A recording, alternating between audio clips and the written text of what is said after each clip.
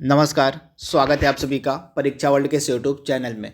दोस्तों RRB NTPC और group D के लिए हम जो सुपर फास्ट रिवीजन की करंट अफेयर्स की सीरीज स्टार्ट किए हुए हैं, उसमें आज हम एक और इम्पॉर्टेंट टॉपिक ऐड करेंगे, राष्ट्रीय अंतर्राष्ट्रीय महिला नियुक्तियाँ। यह सुपर इम्पॉर्टेंट टॉपिक हो सकता है आपके एग्जाम के लिए, क्योंकि इस टॉपिक से आपके एग्जाम में 4 से 5 प्रश्न जरूर से देखने को मिलेंगे, क्योंकि यह जो राष्ट्रीय और अंतर्राष्ट्रीय स्तर पे जो है महिलाओं की नियुक्ति की गई है, इस टॉपिक से जो है जितनी भी परीक्षाएं अब तक हो चुकी हैं या अभी हो रही हैं, उनमें इस टॉपिक से प्रश्न देखने को मिल रहे हैं। तो हम उम्मीद करते हैं कि आरआरबी एनटीपीसी की जो परीक्षा है 28 दिसंबर से, उस परीक्षा में भी लगभग 5 से 6 प्रश्न देखने को जरूर मिलेंगे इस टॉपिक से। तो साल 2020 में जितनी भी महिलाओं की नियुक्तियां की गई हैं राष्ट्रीय और अंतर्राष्ट्रीय स्तर पे, जो प्रमुख नियुक्तियां हैं, उन सभी को आज के इस वीडियो में कवर करेंगे। तो चलिए आज के सेशन को शुरू करते हैं और कवर कर लेते हैं आज का इंपॉर्टेंट टॉपिक, राष्ट्रीय अंतर्राष्ट्रीय महिला नियुक्तियां। तो चलिए आज के सेशन को शुरू करते हैं। पहला इंपॉर्टेंट प्रश्न हमारा आज का है, हाल ही में सुप्रीम कोर्ट में जज बनी पहली महिला वकील कौन सी है? सुपर इंपॉर्टेंट प्रश्न। तो आपको बताना है वह महिला वकील कौन है जो सुप्रीम कोर्ट में जज बन गई हैं। तो इनका नाम है इंदु मल्होत्रा। ये सबसे पहले महिला वकील थी, अब ये सुप्रीम कोर्ट में जज बन गई हैं। तो राइट आंसर आपको हो जाएगा इंदु मल्होत्रा, यानी कि ऑप्शन ए। अगला प्रश्न हमारा है, हाल ही में सेना की पहली महिला जज कौन बनी है?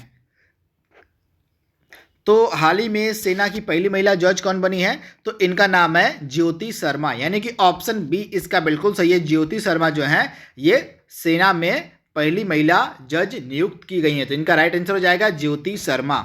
अगला प्रश्न हमारा है, हाल ही में आईसीजी यानी कि जो इंडियन कोस्ट गार्ड है, जिसको हिंदी में हम कहते हैं भारतीय तटरक्षक बल है, इसकी पहली महिला डीआईजी कौन बनाई गई हैं?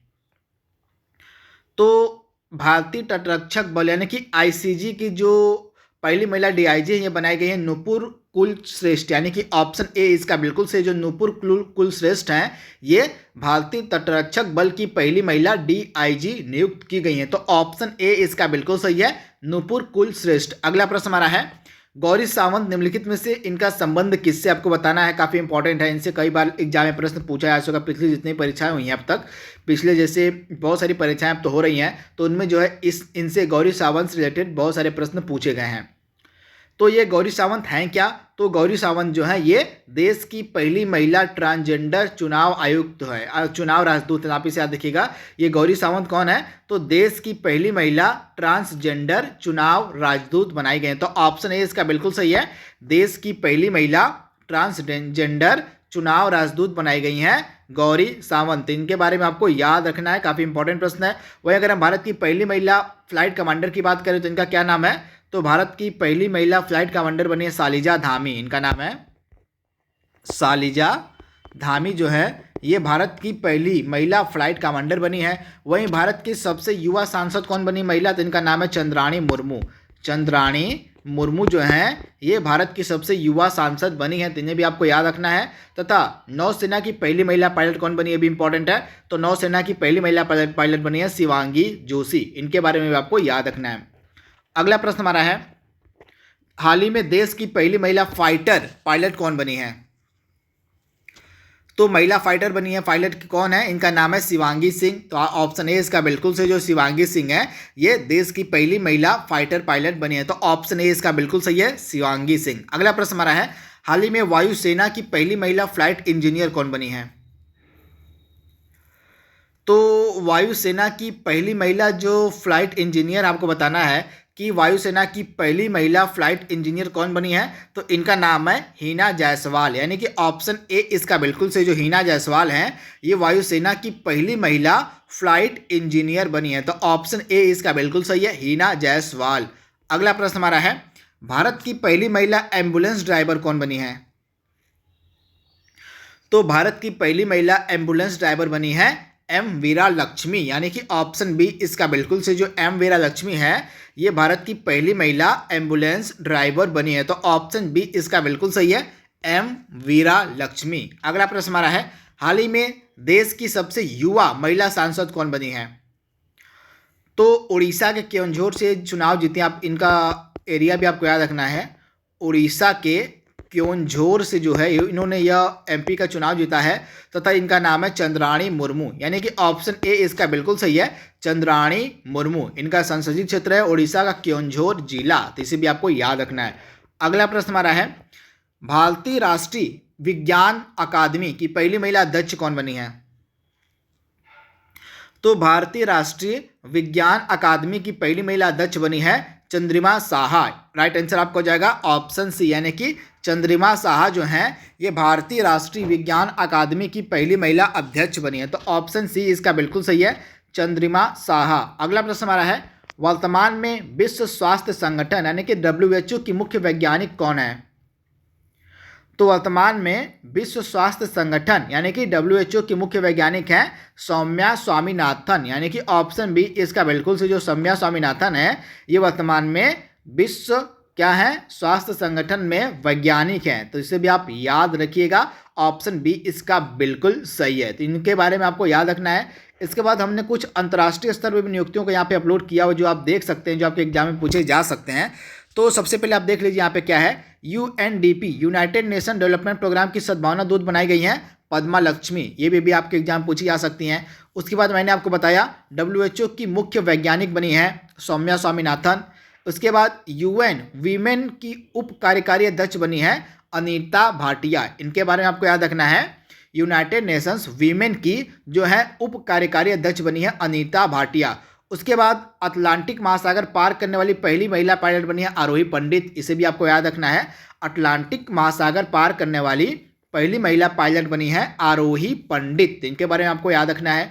उसके बाद यूरोपीय आयोग की पहली महिला अध्यक्ष कौन बनी है? उर्सुला वॉन डेर लेयन, इनका नाम है उर्सुला वॉन डेर लेयन, ये यूरोपियन यूनियन की जो है पहली महिला अध्यक्ष नियुक्त की गई हैं। उसके बाद विश्व बैंक की CFO यानी कि चीफ फाइनेंशियल ऑफिसर कौन बनी है? तो अंशुला कांत जो है वर्तमान में ये विश्व बैंक की मुख्य वित्तीय अधिकारी यानी कि CFO का मतलब होता है चीफ फाइनेंशियल ऑफिसर यानी कि मुख्य वित्तीय अधिकारी बनी है अंशुला कांत विश्व बैंक की।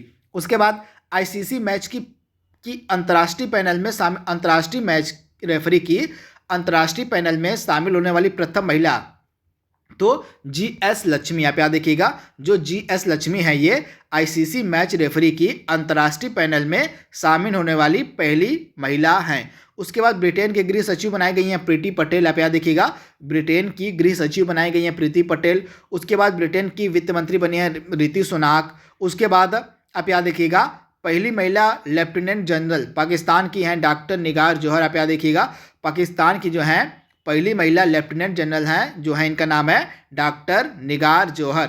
उसके बाद यूनाइटेड स्टेट्स ऑफ अमेरिका के उपराष्ट्रपति चुनाव जीतने वाली जो हैं भारतीय मूल की महिला कौन है? तो कमला हैरिस जो है इन्होंने इस वर्ष का जो USA में चुनाव हुआ है उसमें इन्होंने उपराष्ट्रपति का चुनाव लड़ा था तथा इन्होंने जीत भी लिया है। इसके बाद USA के राष्ट्रपति चुनाव में खड़े होने वाले पहली हिंदू महिला तो USA के राष्ट्रपति चुनाव में खड़ी होने वाली पहली हिंदू महिला है तुलसी गैबार्ड, तो इसे भी आपको याद रखना है। तो तुलसी गैबार्ड जो है ये USA की राष्ट्रपति चुनाव में खड़े होने वाली पहली हिंदू महिला थी। तो ऑप्शन इसका सही, इसका राइट आंसर है तुलसी गैबार्ड। उसके बाद एक और इंपॉर्टेंट महिला है पाकिस्तान की पहली महिला हिंदू जज, आप याद देखिएगा पाकिस्तान की पहली महिला हिंदू जज कौन बनी है? तो पाकिस्तान की पहली महिला हिंदू जज बनी है सुमन कुमारी, तो इनके बारे में आपको याद रखना जो सुमन कुमारी हैं ये पाकिस्तान की पहली महिला हिंदू जज बनी है। तो इसका राइट आंसर हो जाएगा सुमन कुमारी। तो दोस्तों यहाँ पे हमने जितनी भी राष्ट्रीय महिला नियुक्तियां थी उनको हमने कवर कर लिया है और अंतर्राष्ट्रीय स्तर पर भी जितनी महिला नियुक्तियां थी उनको हमने कवर कर लिया है। आई होप इस टॉपिक से आपके एग्जाम में 5 से 6 प्रश्न जरूर देखने को मिलेंगे। जो आपका एग्जाम 28 तारीख से स्टार्ट होने वाला है एनटीपीसी का जो एग्जाम 28 तारीख से स्टार्ट होने वाला है उस एग्जाम में जो है आपके इस टॉपिक से 5 से 6 प्रश्न देखने को जरूर मिलेंगे क्योंकि यह मोस्ट इंपॉर्टेंट टॉपिक है करंट अफेयर्स का। दोस्तों एक चीज़ आप ध्यान दीजिएगा, एनटीपीसी के लिए जो एडमिट कार्ड है जो है 28 तारीख से आपकी परीक्षा जो एनटीपीसी की है उसके लिए जो एडमिट कार्ड है वो अपलोड कर दिए गए हैं। आप आसानी से जाके अपलोड कर दिए गए जो आरआरबी की वेबसाइट पे जाके, या आप सीधे डायरेक्टली जो सरकारी रिजल्ट की वेबसाइट है वहाँ पे जाके आप अपने एडमिट कार्ड को डाउनलोड कर सकते हैं। तो आपका एडमिट कार्ड अब डाउनलोड होना प्रारंभ हो गया है। जैसे कि बताया गया था, परीक्षा से ठीक 4 दिन पहले एडमिट कार्ड डाउनलोड होने प्रारंभ हो जाएंगे। तो आज 4 दिन बचे हैं और आज से जो है आपका एडमिट कार्ड डाउनलोड होना स्टार्ट हो गया है। तो आप जाके आरआरबी की वेबसाइट पे या सरकारी रिजल्ट पे अपने एडमिट कार्ड को डाउनलोड कर सकते हैं। तो दोस्तों ऐसे ही हम डेली बेसिस पे आप तक करंट अफेयर्स के टॉपिक पहुंचाते रहेंगे। आज के लिए बस इतना ही। Thank you, thanks for watching, thank you.